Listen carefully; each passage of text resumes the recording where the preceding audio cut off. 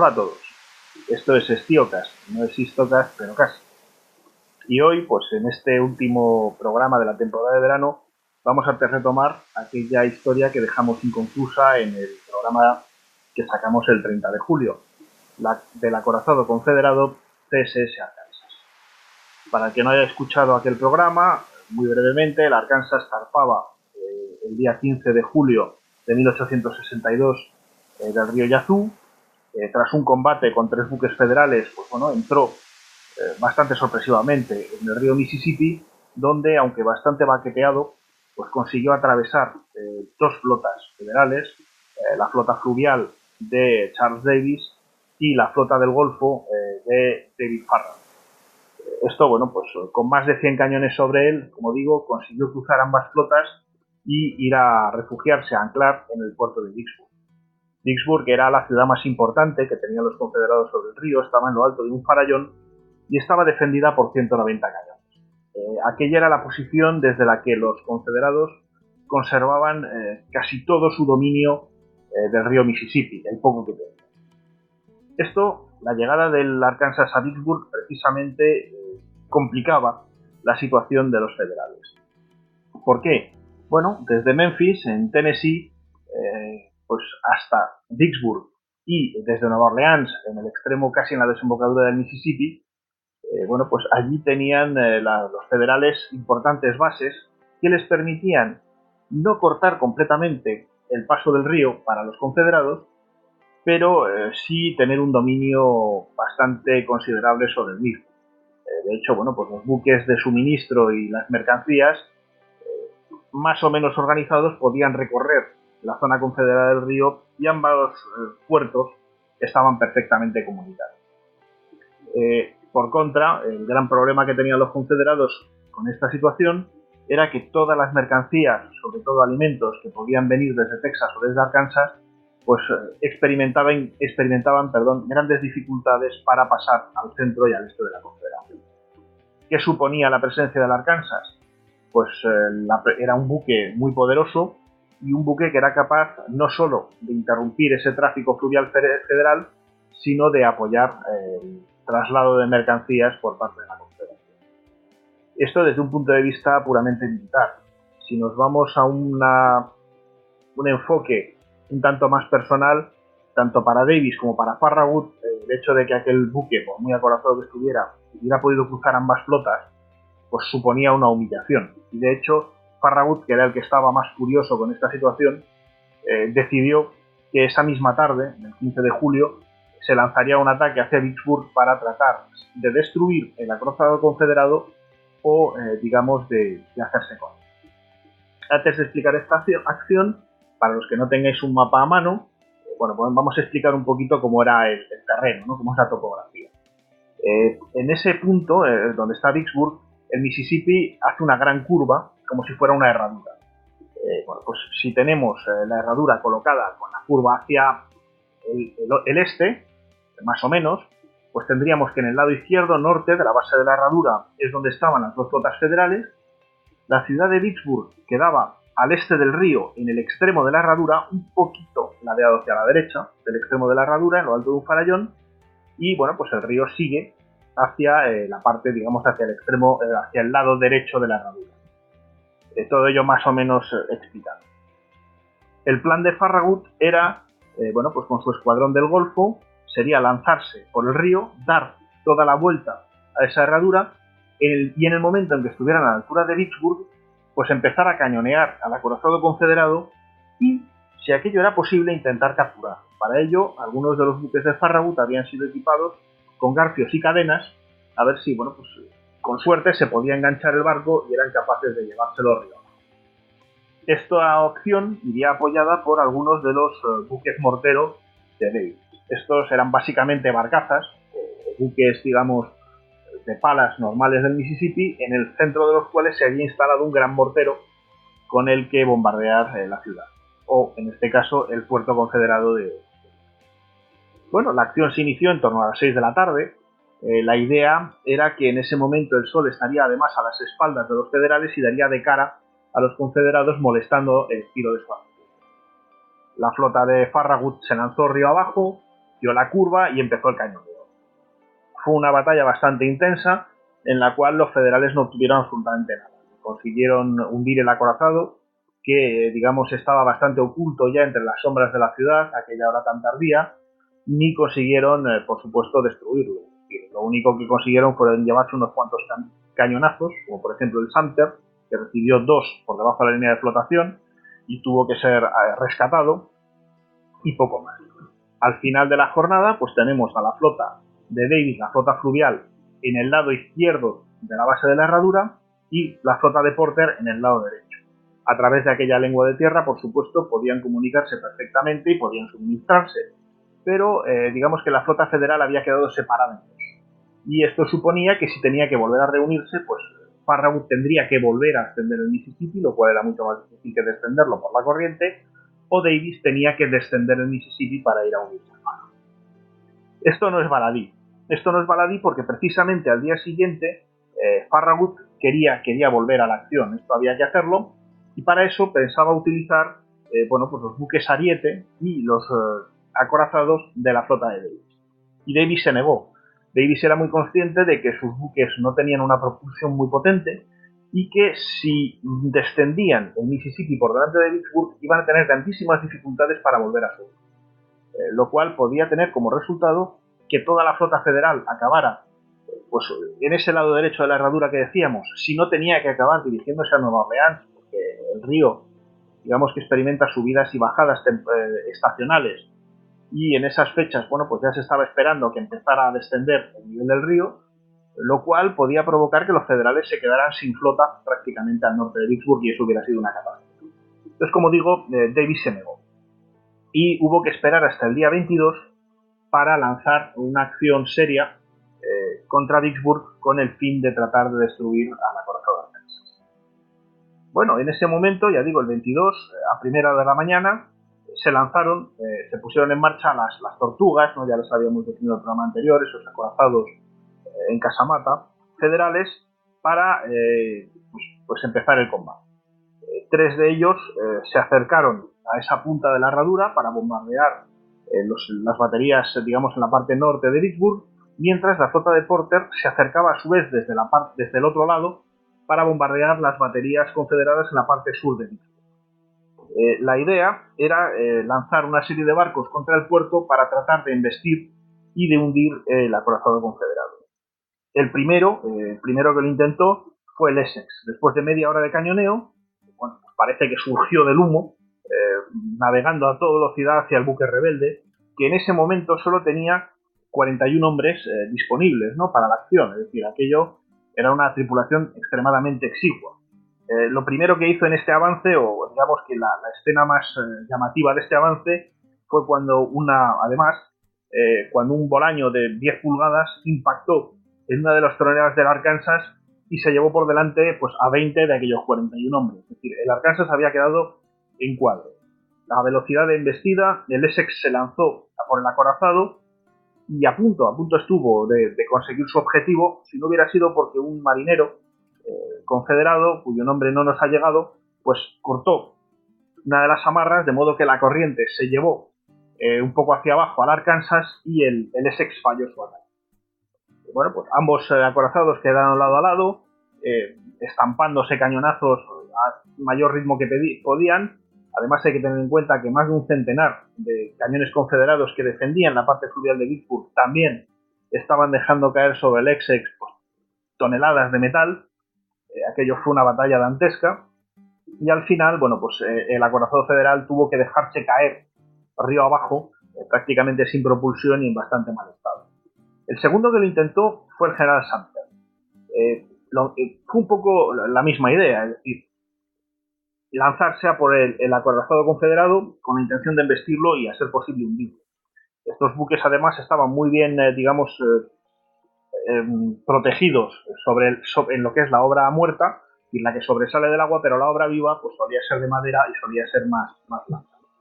En este caso parece que el Arkansas tenía la proa, que era su parte mejor blindada, mirando hacia el río, y el Sumter lo único que consiguió fue rozar, pasar chirriando, no consiguió embestirlo de lleno, y una vez más pues ambos buques quedaron costado contra costado, intercambiando cañonazos. Debemos de suponer que mucho más los del Sumter, que tenían una tripulación más completa, aunque como diremos luego, las tripulaciones federales tampoco estaban en su mejor momento. El Sumter tampoco lo consiguió. De hecho, bueno, la velocidad y la fuerza con la que avanzaba era tal que impactó contra la orilla y por un momento su proa quedó levantada sobre el terreno y finalmente también tuvo que dejarse caer río abajo. El tercero en intentarlo fue el Queen of the West, pero tampoco tuvo éxito. Es decir, aquello, bueno, pues la acción terminó allí después de aquel combate tan intenso y poco más pudieron hacer los federales, dándose cuenta de que pues, el Arkansas estaba bien protegido y se estaba defendiendo muy bien. Todas estas acciones, cuando llegaron a oídos de Washington, pues provocaron una airada reacción de Gideon Welles, secretario de Estado para la Marina, ¿no? Que bueno, pues escribió: no necesito deciros que la huida del Arkansas y las circunstancias en las que sucedieron han sido la causa de una seria humillación tanto para este departamento como para el país. Y si ya Davis y Farragut se sentían humillados, pues encima el mensaje de su jefe político pues les arreó más todavía. Como decía, la situación de la flota federal tampoco era envidiable. Es decir, aquella era la época del calor en esta zona del Mississippi, era la época de las fiebres, y algunos de los buques federales la verdad es que tenían hasta el 60% de su tripulación fuera de combate, ¿no? Por enfermedades diversas. Lo cual hacía que, bueno, pues tampoco estuvieran, como decía antes, en su mejor. Con estas circunstancias, bueno, pues se dio una pausa, ¿no? Además, bueno, antes comentaba, el nivel del río empezaba a bajar y finalmente el 24 de julio, pues Farragut recibió el permiso, la orden de volver a dirigirse hacia el sur con su escuadrón para volver a Nueva Orleans, dando por terminado aquel primer intento de tomar. En gran parte, como digo, bueno, pues la flota federal había fracasado gracias a la Arkansas. Pero la historia del Arkansas no termina aquí. Como decíamos, bueno, pues el Arkansas había llegado bastante baqueteado aquel 15 de julio después de su salida del Yazoo.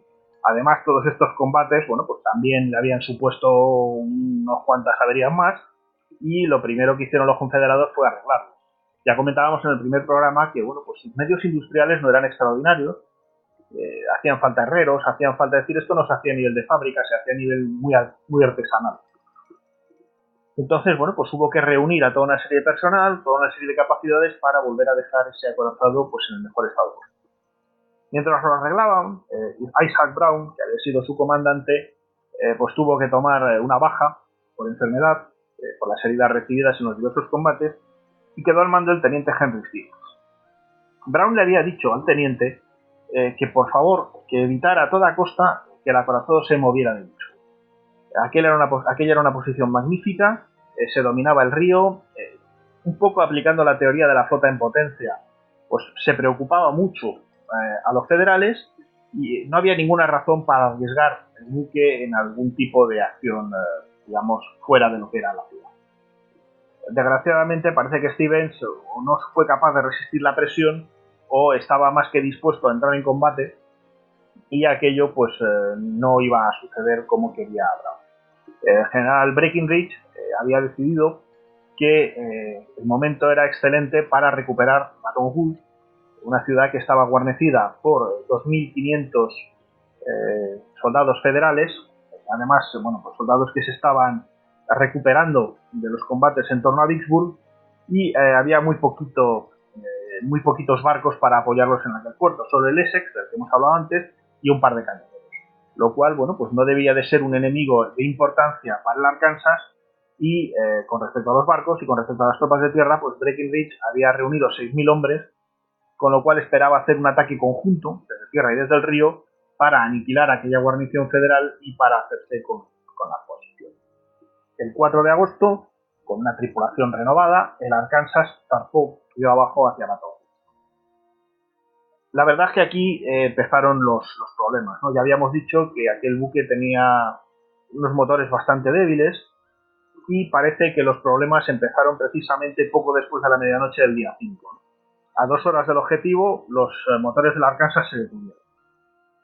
Además, como las cosas siempre se complican más de lo necesario, el ingeniero jefe del buque tenía malaria y había sido dejado atrás, con lo cual, digamos que sus asistentes ni tenían la cualificación como para mantener debidamente esos motores ni además parece ser que fueron capaces de ponerse de acuerdo y cada uno dio un diagnóstico diferente para el problema.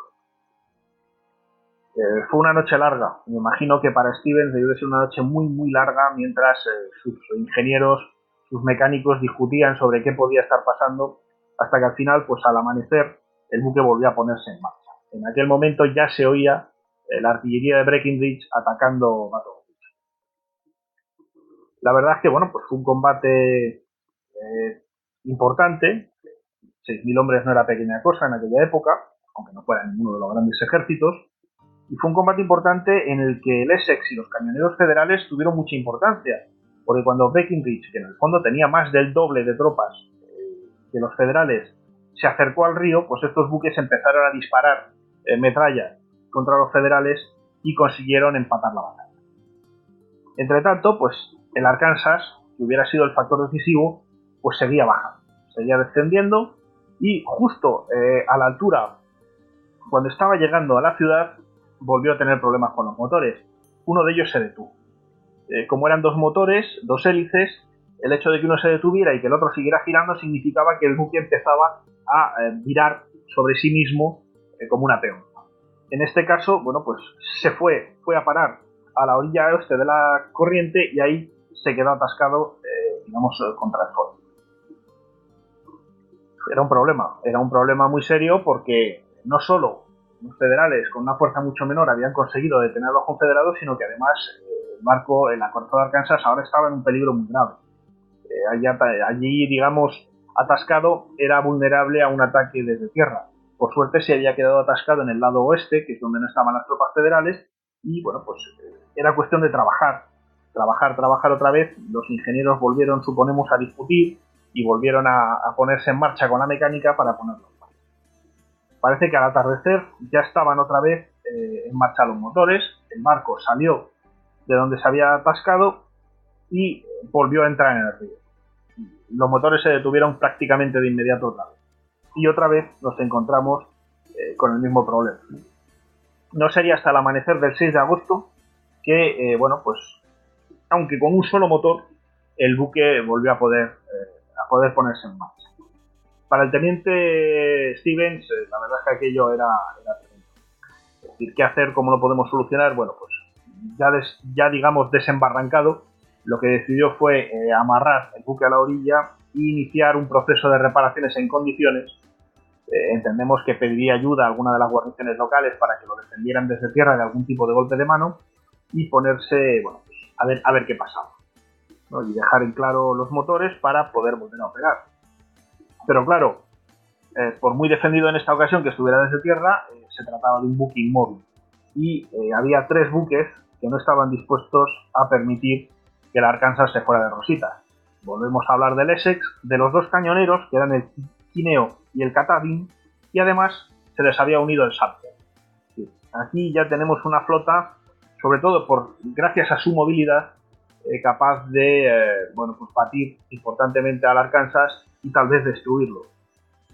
Eso fue lo que debió de pensar Stevens, porque bueno, pues aunque su buque pudo moverse un poco, el caso es que bueno, pues los motores volvieron a fallar, quedó de nuevo embarrancado en la orilla oeste y esta vez, bueno, pues contra un grupo de un bosquecillo de árboles que estaba justo en la orilla y de ahí parece que no se podía mover.